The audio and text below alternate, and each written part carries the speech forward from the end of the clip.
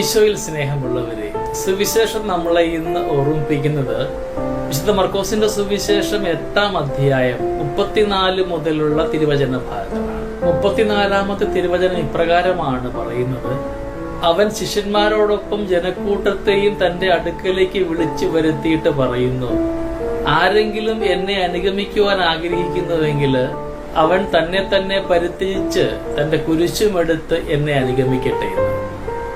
ക്രിസ്തുവിനെ അനുഗമിക്കുക എന്നുള്ളത് ഓരോ ക്രൈസ്തവന്റെയും കടമയാണ്.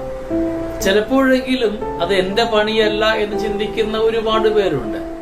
ഇത് സമർപ്പിതരുടെയും വൈദികരുടെയും ഒക്കെ ജോലിയല്ലേ എന്ന് ചിന്തിക്കുന്ന ജനസമൂഹത്തോട് സഭ എന്ന് പറയുന്നത്, മാമോദീസ മുങ്ങിയ ഓരോരുത്തരുടെയും കടമയാണ് ക്രിസ്തുവിനെ അനുഗമിക്കുക എന്നുള്ളത്. നാം ഒക്കെ ആ കടമയിൽ നിന്ന് മാറി നിൽക്കുമ്പോൾ, നമ്മുടെ കടമയെ നാം നിസ്സാരവൽക്കരിക്കുമ്പോൾ, അറിഞ്ഞോ അറിയാതെയോ നാം ഓരോരുത്തരും ദൈവിക പദ്ധതിയെ അവഗണിക്കുകയാണ് ചെയ്യുന്നത്. ക്രിസ്താനുകരണം നിർദ്ദേശിക്കുന്ന ചില ചട്ടങ്ങളും ത്യാഗങ്ങളും ഒക്കെ സഹിക്കുവാനായിട്ട് മനസ്സില്ലാത്തത് കൊണ്ടല്ലേ ഇത് നമ്മുടെ പണിയല്ല എന്ന് പറഞ്ഞ് പലപ്പോഴും നാം ഒക്കെ മാറുക. ക്രിസ്തുവിന്റെ അടുത്തേക്ക് വരുന്നവർക്ക് മാത്രമാണ് അവനെ അനുഗമിക്കുവാനായിട്ട് കൃപയുണ്ടാവുന്നത്.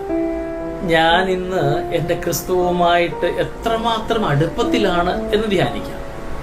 ക്രിസ്തുവിനോടൊപ്പമാകുവാനായിട്ട്, അവന്റെ അടുത്തിരിക്കുവാനായിട്ട് ഞാൻ എന്തെങ്കിലുമൊക്കെ ശ്രമം നടത്താറുണ്ടോ?